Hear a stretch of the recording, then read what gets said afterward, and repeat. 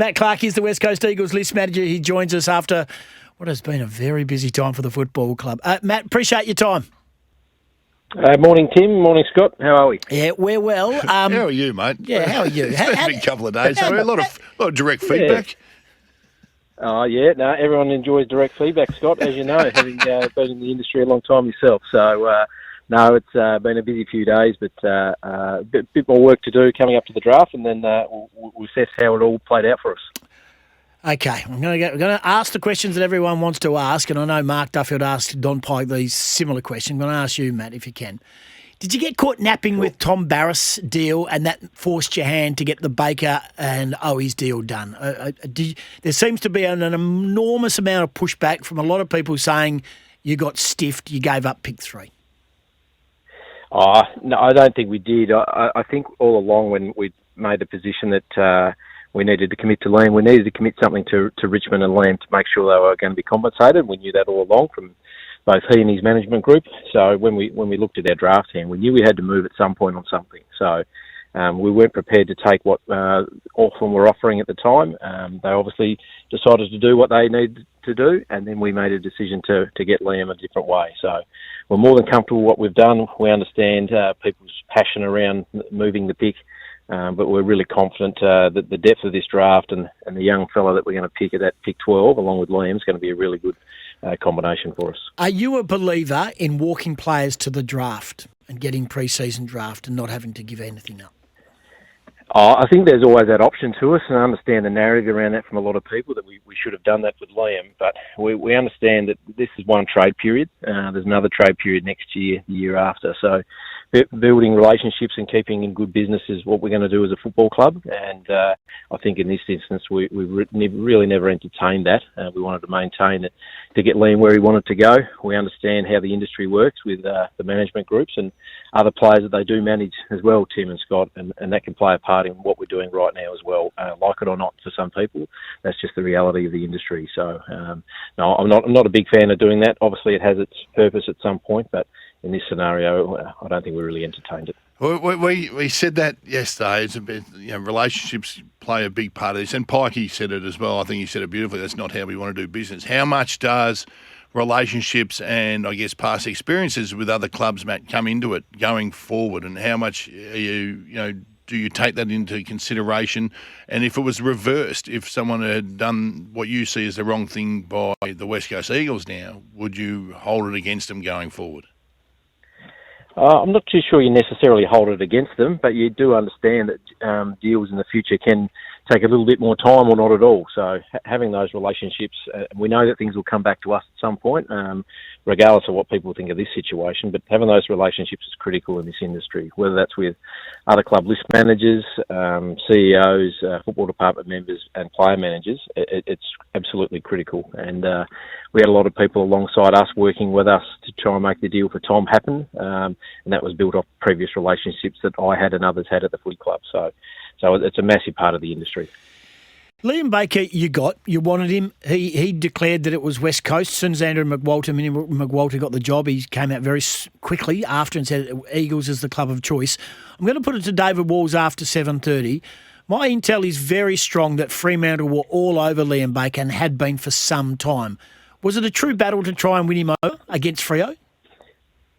I think when a young Western Australian declares that he wants to go home, and a player of his quality, a two-time premiership player, both clubs are going to put in there pretty heavily. So I can't really speak for David. Hopefully he'll be able to tell you when he jumps on.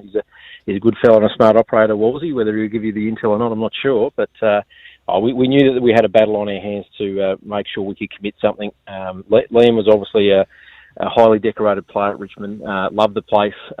Obviously, at one point he was declaring that he wanted to stay there for life, but always knew the pull back home would come at some point. So we had to make sure that we could put something in place for them. And at that time, Fremantle were a lot better placed than we were in terms of compensation for the Tigers to what they could give them, given that the draft picks they'd already had in hand, doing good business the last few years themselves. So once we they had a commitment for us of what we could actually do, then we were firmly in the ball game. Andrew coming on obviously helped, but obviously we'd committed to Liam well before that. Oh, and he's a beauty, and you know him very well, and he's just an absolute ripper. He's a very good player, and you've done well there. Let's talk about the picks now, Matt. Like pick 3, you've obviously given up. Pick 12, are you confident with your knowledge of this draft crop? And let's be clear that we don't believe there's a generational talent like a Harley Reid, but there is a lot of depth in this draft. Are you confident that your pick 12 is going to stack up against who could be possibly pick 3? I mean, there's always the potential that there's going to be some sort of gap, absolutely. But we're obviously looking at it as a package that with Liam coming in. But yeah, I've done a lot of work on this draft. But my recruiting team, led by Dwayne Massey's, done a power of work, and obviously I've been heavily involved in that as well. And the depth of this draft is probably one we haven't seen for some time. So talking to a couple of other list managers, they're really confident that their picks in the late sort of up to 10 and just after that, they believe that those picks would any other draft would be around 7 and 8. So that's what we were thinking as well with our 12. So that's why the shift for us wasn't as big as what people think. You're probably not going to declare your hand. In fact, you won't be declaring your hand. But is Beau Allen, where do you sit with Beau Allen? Because a lot of Eagles fans, I mean, we're spoilt because we see him every week, and he's beautiful moving midfielder, big-bodied kid who's got huge potential. Peel are all played for Peel. That's connected to Fremantle. Where does he sit in your wish list, Beau Allen? Oh, he's got a lot of attractive attributes. Obviously, Beau, you've described him pretty well, Goss. I think in terms of what he can do as a player, he's a really good competitor. He's big, he's physical. He can play multiple roles, which he has during the year. And when he steps into the AFL at some point, which I'm sure he'll get a chance, he'll be able to equip himself really well because he'll come back to his competitive nature. So, I mean, he's strongly in the mix, I think, for most clubs anywhere from in that first 25. Some people might have him earlier, some have him a little bit later, depending on what position types they need to fill. And some coaches have a different style they want to play. But I think the boys have done a lot of work on him and watched Beau a lot and done interviews with him. So I think he's a pretty bulletproof player, but we'll just need to rank him accordingly across the nation. Matt, you're new to the Eagles, but where do you sit on their list as far as a rebuild goes? Because there's no doubt a rebuild is required, but you've brought in a couple of mid-20s, 20-year-old players. Where does that leave your older senior players at West Coast, and how important is it to pick 12's great, but there's no others after no other low-range picks after that. Where do you sit on the rebuild and how you go about doing rebuild? Yeah, I think we always had the strategy at the start of the year that we're already in a position where the guys had started this rebuild or rejuvenation, as we like to call it. There's a lot of young talent that's come through the doors in the last 2 or 3 years, and they're actually starting to step up now. So we were mindful that we needed to add some of those 25 to 28-year-old players to help those young kids come along a bit more, and that's why Liam and Jack Graham and Matt Owies can all fill those roles from on field, but also a cultural and leadership point of view.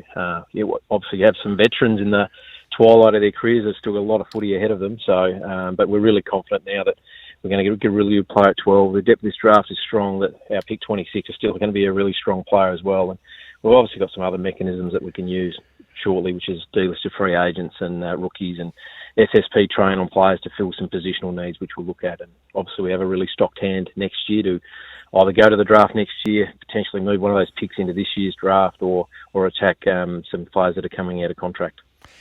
You are going to make some changes still to your list. Are there some players over the next week that will be told that their services are no longer required? Yeah, unfortunately, it's just part of the business, Goss. Players that are left out of contract, and a lot of clubs are in this position as we assess how many list spots we're going to have. And it's it's an exciting time of the year when you bring in some players and look to a draft. But it's also a really tough time of the year when you're releasing some players that have been really good servants for the footy club. So we'll make decisions over those guys in the next week. It's going to be a long 12 months for Chad Warner, media and WA football clubs. Everyone thinks that everyone's now starting to stockpile, including you, in particular West Coast, and have now in almost position A to get a hold of Chad Warner. How much talk goes on from here? I know you're worried about this next season, but list managers' jobs are not just about the now, they are about the future. How much chatter and how much is Chad Warner's conversation going to be dominating at your football club? I'm sure a player of Chad's quality will consume some air time, but we've got to be mindful of actually just not zeroing in on one player. I think the lessons that many clubs have learned over the period, that if you stockpile all your eggs into one basket and that fish doesn't land, and you've left some doors open for others that you've missed. So we're really mindful of making sure we get ourselves in a position that we're ready for everybody. So Chad's still contracted at Sydney, so who knows where that will end up. But we'll obviously look at some other guys, and there'll be obviously some free agents as well. So yeah, we're not just looking at next year, we're looking at how we can actually add to this list, both through draft, trade and free agency over the next 2 or 3 years to make this list a lot stronger. Hey, Matt, I don't know whether you read a lot or listen to a lot or have watched a lot through the trade period and the like, but, guys like Kane Corns have been very critical of West Coast in this trade period, and in fact, describing it as laughable, giving up pick 3 for pick 12. How do you respond to that criticism? Not just of Kane, but of others as well who have ranked this a really poor trade period for West Coast. One, do you care what people think? And two, what's your reaction? I mean, I don't probably listen to it as much. I think in this industry, as you guys would know, there's a lot of things that get thrown around at certain clubs and people. But I mean, the people are entitled to have their opinion. I get that. I'll listen to people who've got educated opinions, absolutely. But I'm probably going to take more notice of those people that I'd actually go and seek their opinions from, rather than people are just throwing around their own thoughts. So we understand it's passion in the industry. Everyone can have an opinion on things, but if we start listening to what people think, other people think outside our football club, and potentially some of the fans think, then I can't remember who said it. If I do that, I'll be sitting with them pretty soon.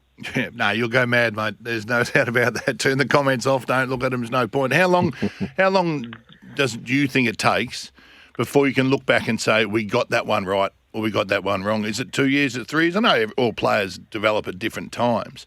But how long do you think it is before you can actually really analyse and dissect if you got it right or wrong? Yeah, I think it's a really tough one, Scotty. I think you're looking at a sort of a period like that. I think now, though, the ability to rebuild or rejuvenate your list is a lot quicker than ever before, given those mechanisms of free agency particularly and trade. So I think we can build this list a lot quicker, and now with the size of some football departments and what we can do from a coaching point of view, you can get some really good players through train on players that can add some really positional depth. So I think things can move a lot quicker. I think the guys before me have done a terrific job and already bringing in some young talent that we can see on the field. Obviously, the poster boys talked about a lot in Harley last year, but then when you look at what Ruben Jimmy can do, and look into almost basically a new recruit, Elijah Hewitt, coming back on board this year, and you can see young Brady Hoff, his development's been exceptional. We get young Noah Long back on the park, and we've obviously got an All-Australian forward who's found a way to get through his issues in Jake Waterman, and we get Oscar Allen back as a fit. So yes, we've got some work to do, but we're really excited about the youthful squad that we've got, and we're not discounting what Elliot Yeo and Jeremy McGovern, these guys can do. And now this is a chance for Harry Edwards to really step up and take a role down back alongside Gov and the young Rhett Bazzo. So there's really great opportunities for these guys to really push this squad through a lot quicker. Sorry, Matt, last couple for you. In regards to Tom Barrass, how it was, it's one of those late ones. It was done late. Were you prepared if Hawthorn didn't up their ante and give you what you wanted, that you weren't going to let Tom go? And was Tom aware of that? Yeah, Tom was aware of that. We always said all along that we worked really closely with Tom's management to get him where he needed to go. And we actually, it went down to very late, obviously, but we weren't prepared to let Tom go for what we didn't think was satisfactory position. We've had a player that's heavily contracted. We understand his position that he wanted to go, but we've had a club come and chase our player to get him, so they needed to come to a resolution that was satisfactory to us. So we were prepared to keep Tom. Tom was aware of that yesterday through some messages from our football club and his management group that this may not happen. But anyway, we've got the deal done. We're really happy that Tom's got where he wanted to go. We understand his reasons why he wanted to go. I don't necessarily agree with them, but that's okay. He and I have got a great understanding of that, and we wish Tom all the best. I think you've done it right. Goss and I have had this conversation that I think it's going to be very hard for Hawthorn to maintain their rage that they had this year, next year with a young list. It's very hard to do. So they maybe fall down the list a little in that future first and second even third, become even better. Are you much happier now that the academy rules are a lot more even across the competition and don't just favour, I guess, Queensland, New South Wales? You get a crack at your NGA players from the get-go?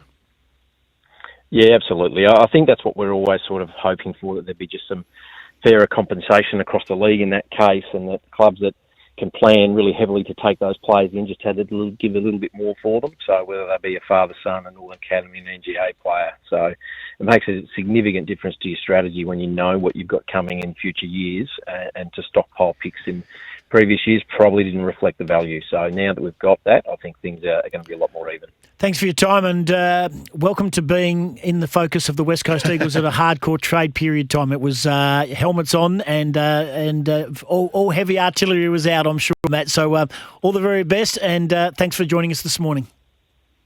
Thanks, Tim. Can I just say before I go, obviously the last few days has been a trade period, but I just want to, on behalf of the West Coast Eagles, offer our condolences to the St Kilda and Richmond football clubs, and the passing of Chris Toche, and off to his family as well. It was a tough day yesterday for a lot of people, and probably puts into perspective what we're trying to do when we're trying to flip around fourth round and third round picks when things like this happen. So I just wanted to pass that on behalf of our footy club. Yeah, well spoken. Yeah, a sad loss to the football department, to the football industry, of course. A beautiful man many people have had to deal with, and you would have had to deal with him over a long period of time. And our thoughts are with his family as well. Well spoken. Thanks, Clarkey. No worries. Thanks, Tim. There's Thanks, Matt Scotty. Clarke, West Coast Eagles list manager.